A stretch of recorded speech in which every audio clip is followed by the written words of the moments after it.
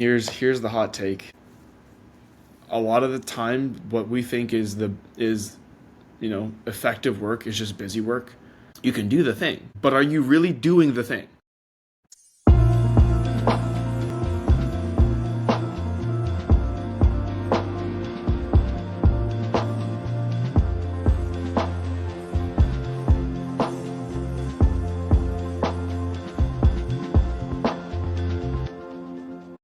Well, hey, welcome back to the Amanda Kaufman Show. And I have to tell you, today I had extra spring in my step because I knew I was going to get to interview Ed Reay. So, Ed Reay is a marketing consultant who's consulted on over 115 offers, doing 7 to 9 figures annually.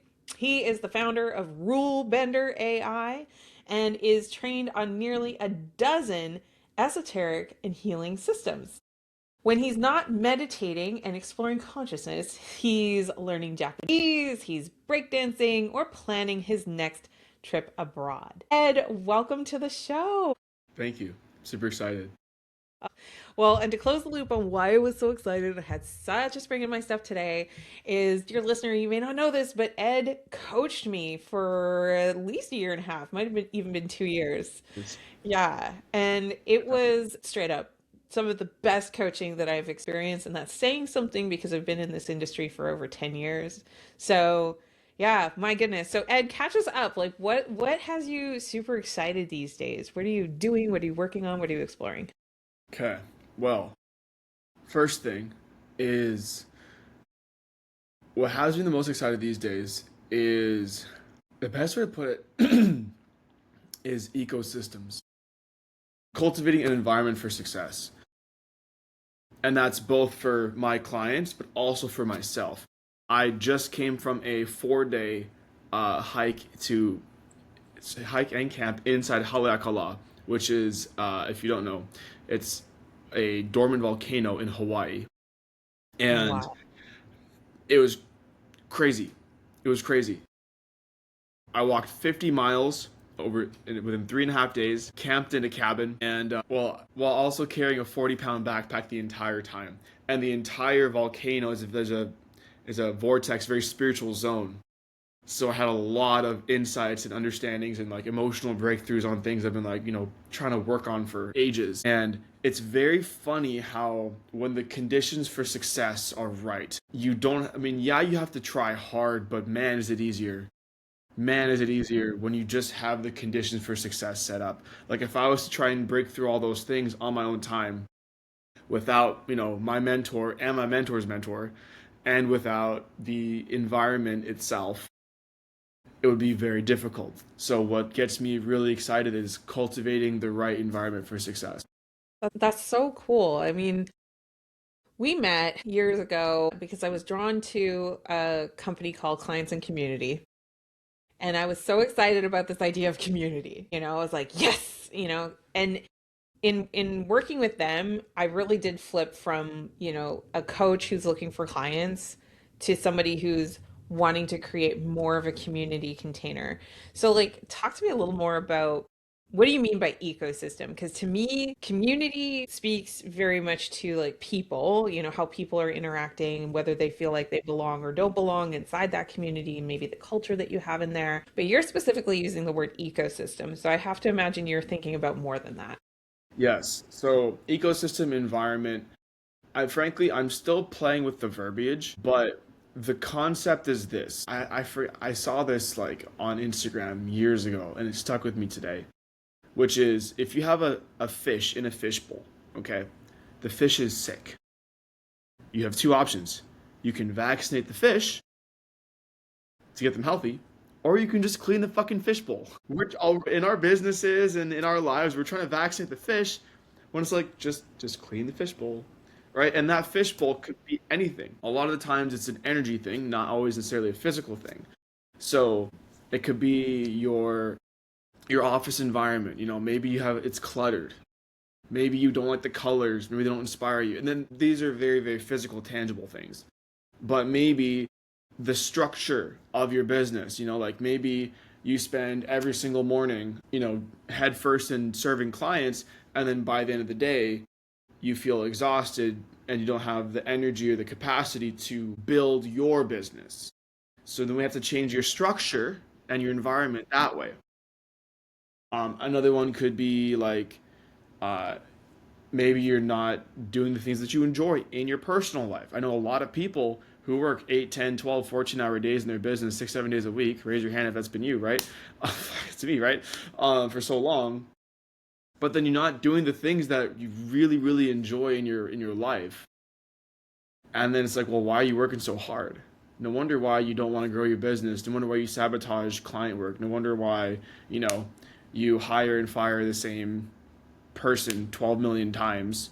No wonder why you're in and out of relationships because you're just not happy with your life. You're not doing things that you enjoy that light you up, right? Yeah. So that's also environment. That's like the ecosystem is everything inside of a you know what's it called, like a terrarium. You know those like little like in encapsulments. I don't know what you'd call that.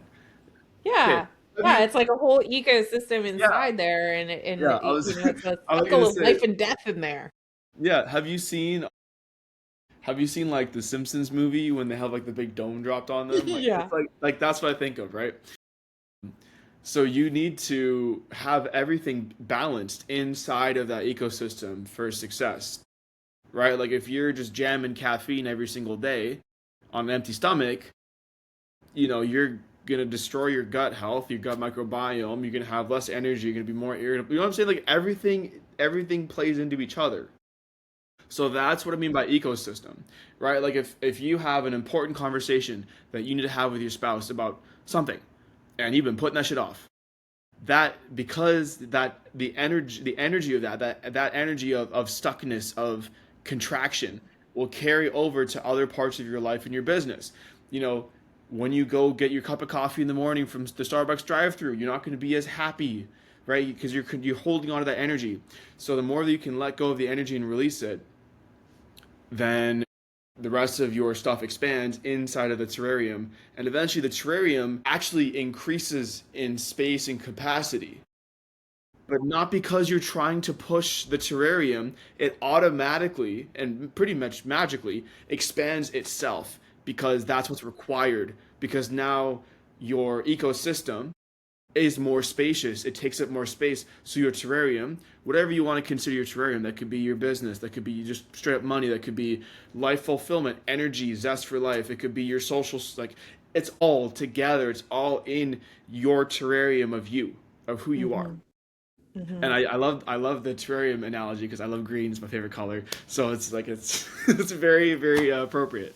It's a perfect metaphor. And I mean, like when we met years ago, it was in the capacity of more of like your copywriting expertise, which is, Yeah. by the way, genius. It's just so good. But somehow our relationship like evolved very quickly to like maybe we should do some coaching together. And I'm so glad that we did because just thinking back to where I was at that time, it was like you know that feeling when you are just like running really really hard, but you're not getting anywhere. And taking it back to that metaphor of the terrarium is if you're just like digging, digging, digging and going harder, harder, harder, or trying to like force push the walls, you might make a little bit of progress like in this one particular area just through brute force. Yeah. But like I think one of the biggest things that I learned in our relationship together is like to allow for your intuition more about what would be more balanced. And I still remember this one session we had where I realized that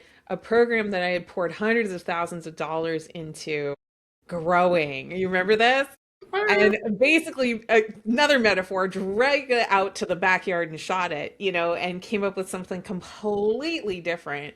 It was not just a very liberating experience, although it really, really was, but it was so expansive because it challenged me. I think what freaked me out about the new program was it's like, well, I wanted to do something that was fun. I wanted to do something that was gamified. I wanted to do something, and I was like, am I fun? I don't think I'm fun. Am I fun? I don't know if I'm fun. It's So I had to crazy. like explore parts of me that I had up to that point kept under, under lock and key because my identity up to that point was so, entrenched in corporate ideas and chemical engineering and doing things right and, all these kinds of things.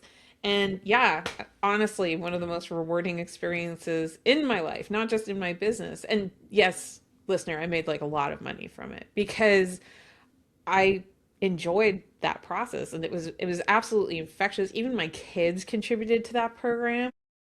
They helped with character development and like choosing Yeah, the cartoon characters that I had in there. And to this day, my son, he bugs me. He's like, "So, mom, when am I getting my when am I getting my check?" that So sounds yeah, no, I can really see the expansiveness of it when you allow it. What do you think gets in the way? Why do people not realize? Well, you can even talk about me. Like, absolutely, that's okay. But in general, like when you see somebody who's really struggling and you're like ecosystem problem, how can you name it, call it, and why are they there? so first of all, it's almost always an ecosystem problem. It just depends on where in the ecosystem it is.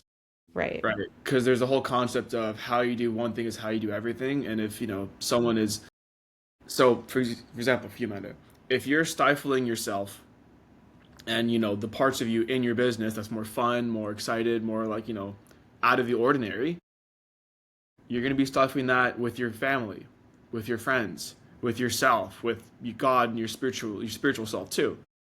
So, like, yeah, it will show up in business, but really it shows up everywhere else. So that's the beauty of it is when you can fix.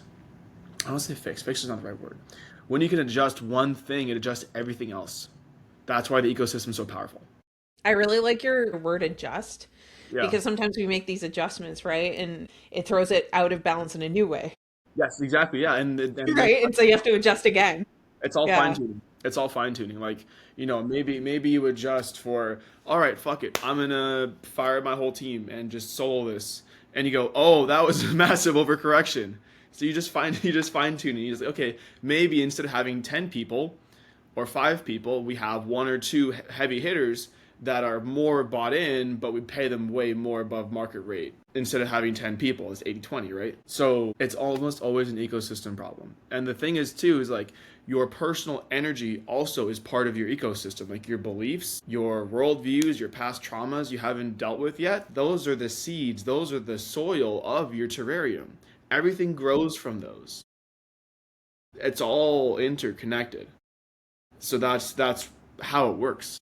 And then when you cultivate the soil, when you cultivate it and you go, oh, those are weeds, let's pull them out, all of a sudden your terrarium grows and you're not having to do anything.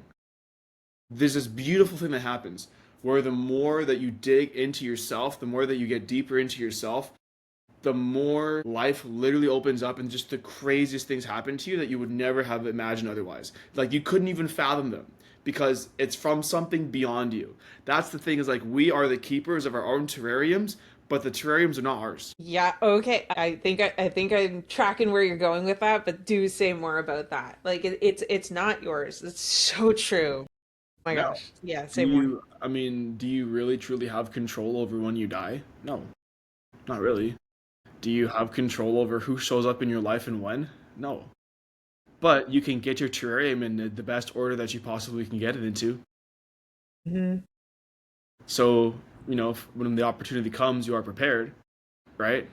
Yeah. And then I that love that quote by Seneca about luck is when preparation meets opportunity. opportunity, yeah, it's a good one. Yeah. It's a good one, yeah. So, and that's the thing too is like, uh, energy as well is part of the terrarium. Like, if you have a lot of trapped emotions that you haven't worked through, then you're gonna stifle yourself because of this emotion, and that will show up in these other parts of your life and your business, and then your external reality also reflects that too.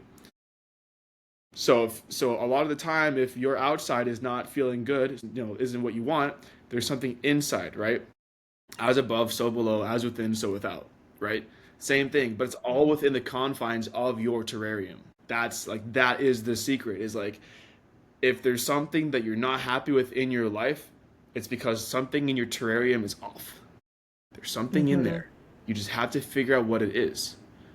That's like 80. What That's would you that's say? like 80% of the battle. So a lot of people that I am in community with and that may be listening here today, They love personal development. They love personal growth. They love spiritual growth. They love it. Talk to me a little bit about like ecosystem in progress. Like, so what I mean by that is sometimes we can be in that exploring, and this is my perspective, and I'm curious if you even agree with it, but sometimes we think we're exploring something, or we think that we're looking, doing the hard work and all this kind of thing.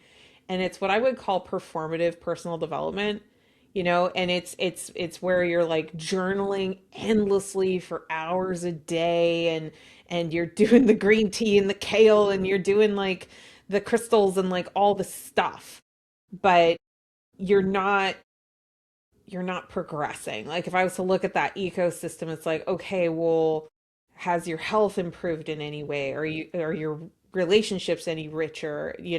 Is your bank account any different? Like, is there any change, making manifest? Or are we, can you speak to the person who might be perhaps growth addicted, and like that's the actual challenge, is they're not doing the damn thing. They're not living their life. So, oh my gosh, that was me for forever. And here's the hot take. It's true. Is a lot of the time what we think is effective work is just busy work. Okay, there's a lot of angles for this one. I'll go with this. It's not about doing the thing. It's about doing the thing. What I mean by Okay. that Unpack that. Yeah. is you can do the activity you can do, and this was me for the longest time, and I'm still getting out of this honestly. But you can do the thing. You can do the thing. But are you really doing the thing? Like, is your intention in it? Is your full heart and being and presence in it?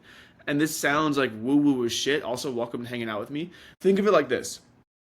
Have you, I'm sure this is yes, Amanda, but for the listener, breaking the fourth wall here, have you ever been in a relationship with someone and they said, I love you?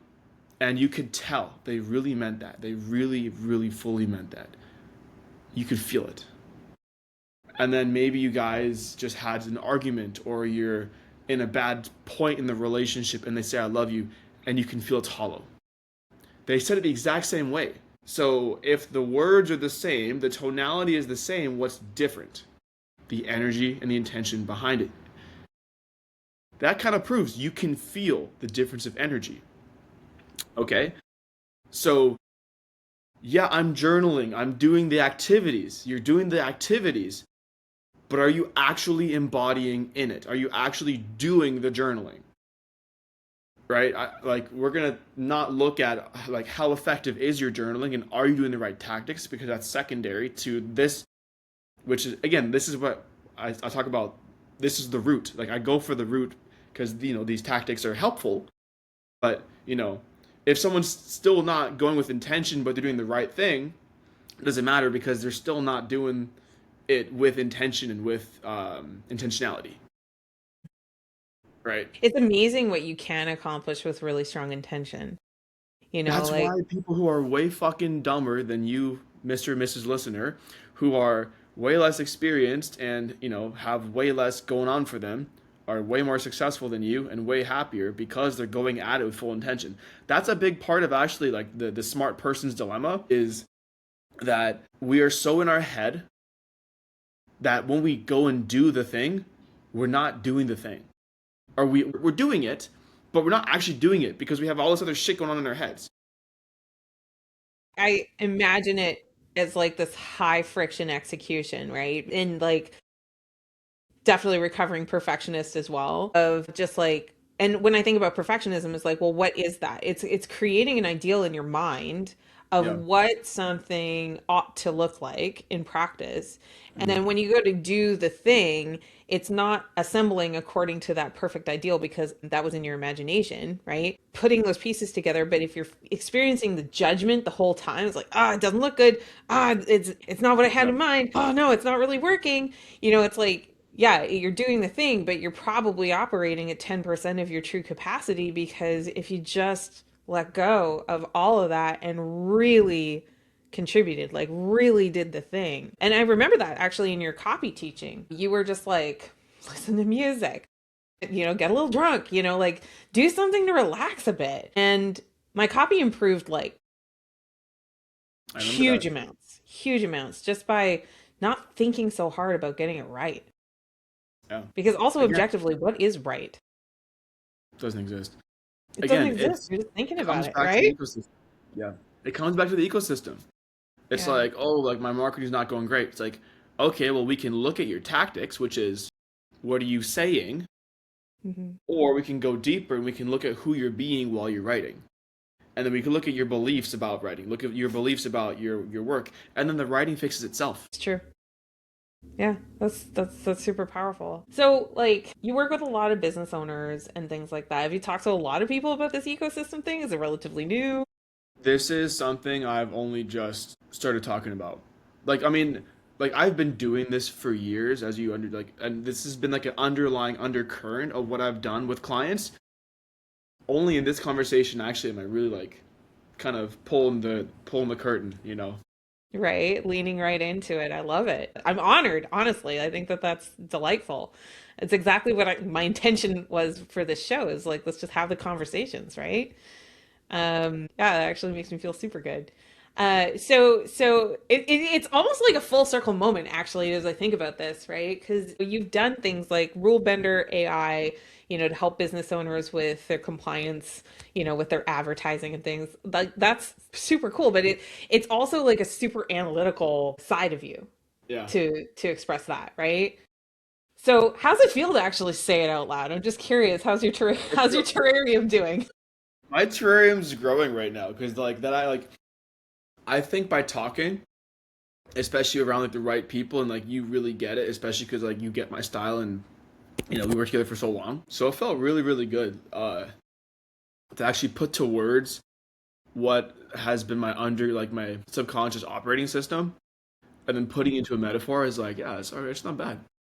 It's not bad. It's not bad. It's actually very good. It's very good. And you're expanding, right? So, historically you've helped a lot of business owners and a lot of like copywriters specifically. And now you're looking to work with like more just like business owners in general. And I'm curious, like what is appealing to you about maybe expanding that market and that influence? Because so for context for those who are listening, a good split of my audience is marketers and a good split is business owners. Before I would lean heavily on marketers and copywriters. The thing is, a lot of what they're looking, I mean, obviously they're looking for like personal growth. Some of them are, right? Because they're so focused on just doing the work, they want someone who will do the work with them in terms of like, I have 10 million emails for you to review.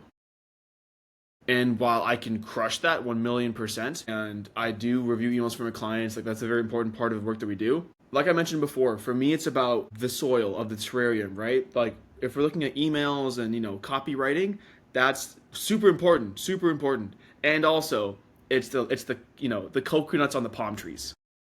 It's Mm, not the soil that makes the tree grow.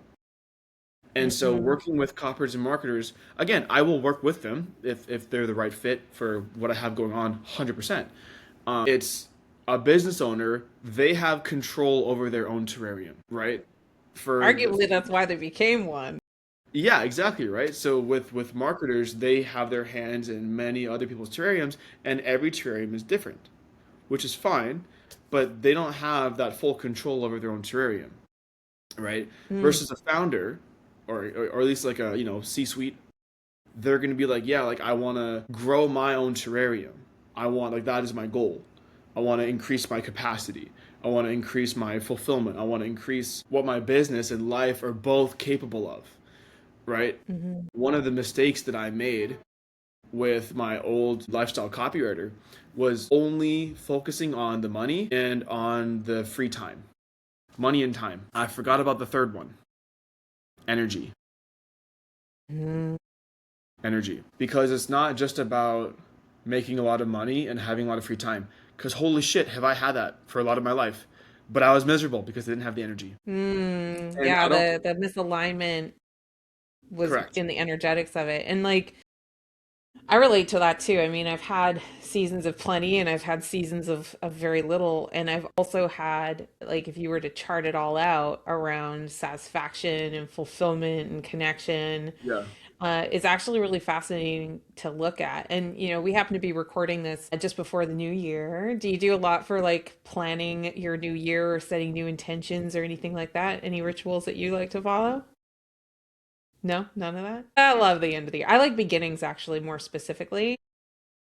Yeah, so I get like really excited on the first of the month and the first of the year, and like Mondays are my favorite. So That's good. That's good. yeah, no, I love it. But coming back to like this whole fulfillment thing is like I've had like the absolute worst net worth ever and been so like in love with what I was doing and in love with who I was doing it with. And I've also had seasons where I had like plenty where I was also very in love with what I was doing and who I was doing it with. But I've also had like the other way too, where I was like broke as a joke and friggin' miserable. And I've also, had seasons of plenty where it was just like absolutely exhausting and draining. So like I do think like money is super important, but it's not like well, it's like the saying in the Bible about the love of money, right? Like you can't build a life for the love of money.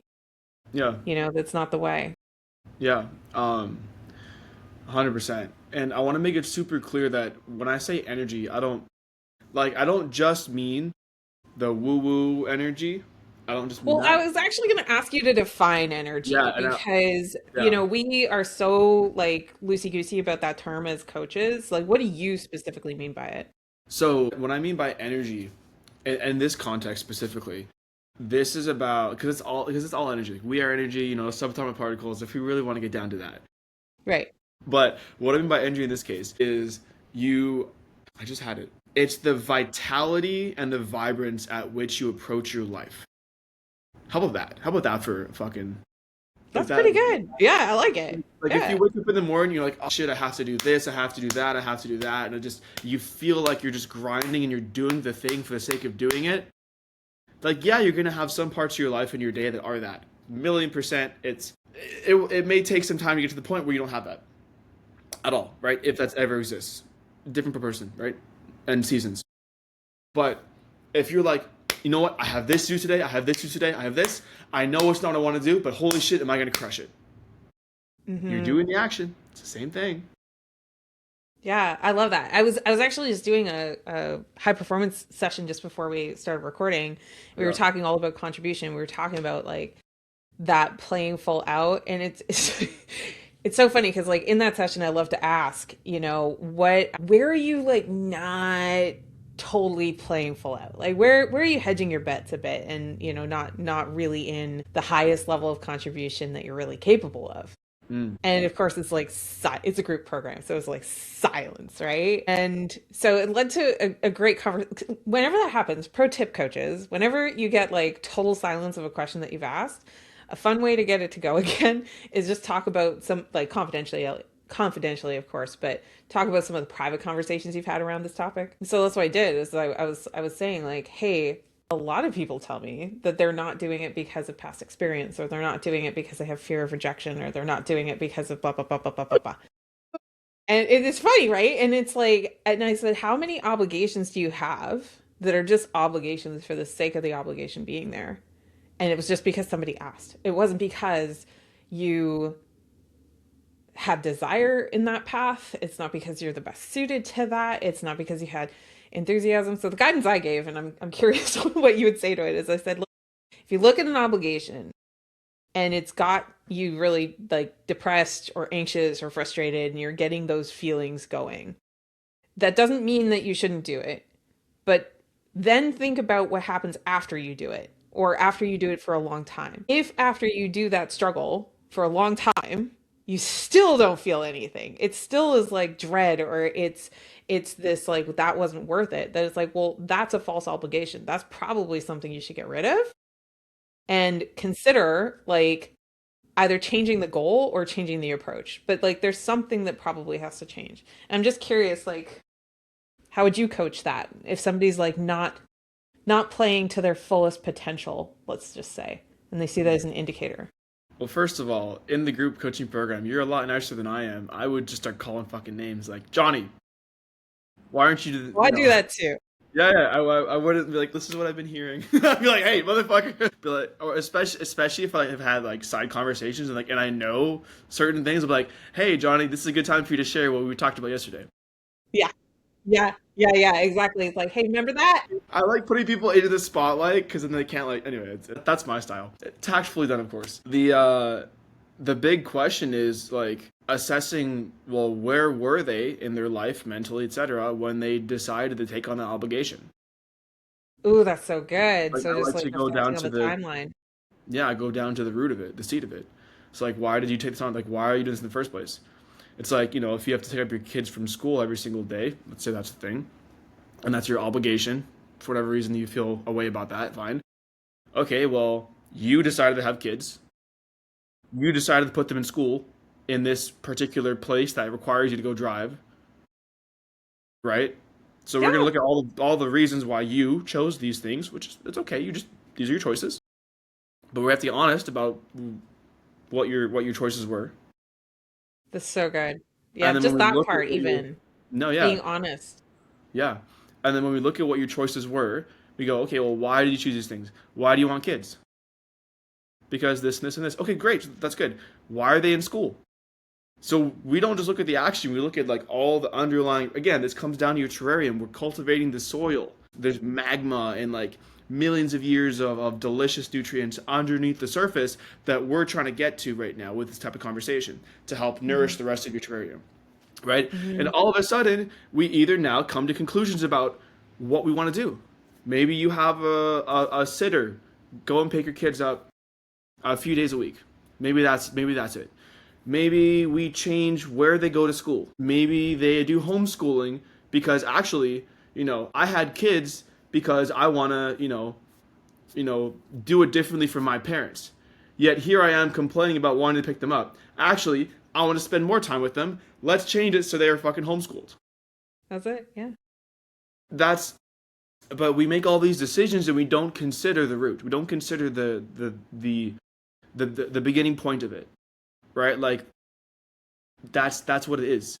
It's like it's not about obligation or not obligation. It's about why did you start this in the first place. It's about who were you and where were you mentally, spiritually, physically, emotionally when you made these choices, and what were your other choices? Why did you choose that? And then what caused you to think that this was the appropriate choice, for better, for worse? And then we Hmm. make a decision off of that. Sure. Yeah. And what just came up for me too is like, what, if anything, has changed about that, right? Like, what has changed about maybe the circumstances? Like, sticking with the kids example, we had my youngest was in public school, right? And that was a decision we made for a while. And then we were like, you know what? New information, new things have come to light. And we're just like, okay, based on all this new information, you get to make a new decision, right? You're not as stuck. I think that's like the biggest thing. And what you're describing to me is consciousness. It's like, are you conscious? Are you awake to your agency and to like what's informing your decisions and to the infinite possibilities that you are plugged into in a given moment? Like, how awake to that are you? And if you're not awake to it, then it's going to sound a lot like a lot of complaining and suffering, I think. Yeah. Another thing that just came to me actually is maybe it has nothing at all to do with the kid's school. Maybe, person who's listening to this, maybe they just scheduled their final meeting of the day really close to when they're supposed to leave to pick their kids up for school and their fucking meetings go over. So, hey, dumbass, make your calls half an hour sooner and then like all of a sudden, oh wow, the resentment and stress is gone. Right, exactly, because you're dealing with the root. Yeah. So good. Well, Ed, what's the best way for people to keep up with you? Best way to keep up with me is Instagram. That's probably the best way. And you can also join my newsletter at edray.com. So I would recommend you give me a follow on Instagram and also go to edray.com, join my newsletter. At least a few times a week, I drop sauce similar to what we've talked about here today. So if you want to expand your terrarium easily, effortlessly, without direct effort, just by cultivating and changing your ecosystem, you're going to want to be on there because I share a lot of things that will help you in your personal life that will blow up your business in the best way possible, and also things in your business that will change your personal life too. So good. Thank you so much for being here, Ed. Thank you for having me. It was a lot of fun. And dear listener, if you haven't already hit that subscribe button, make sure you do and grab the link to this episode, share it with at least three of your friends who perhaps need to expand their terrarium. That's a fun metaphor and a hard word. I'm going to say it. Fun metaphor and a hard word. A good one. But yeah, so do share it with three of your friends because we're all on a growth trajectory and it doesn't have to be all suffering all the time. We can make these tiny tweaks that swing big doors. And finally, if you've been loving the show, one of the things that really helps is an honest review because when people are stopping by to think about whether they want to listen, they check out those reviews. So if you've been listening for a while and you love what we have to say, do take 2 minutes and leave an honest review. And until the next time, just keep doing what matters.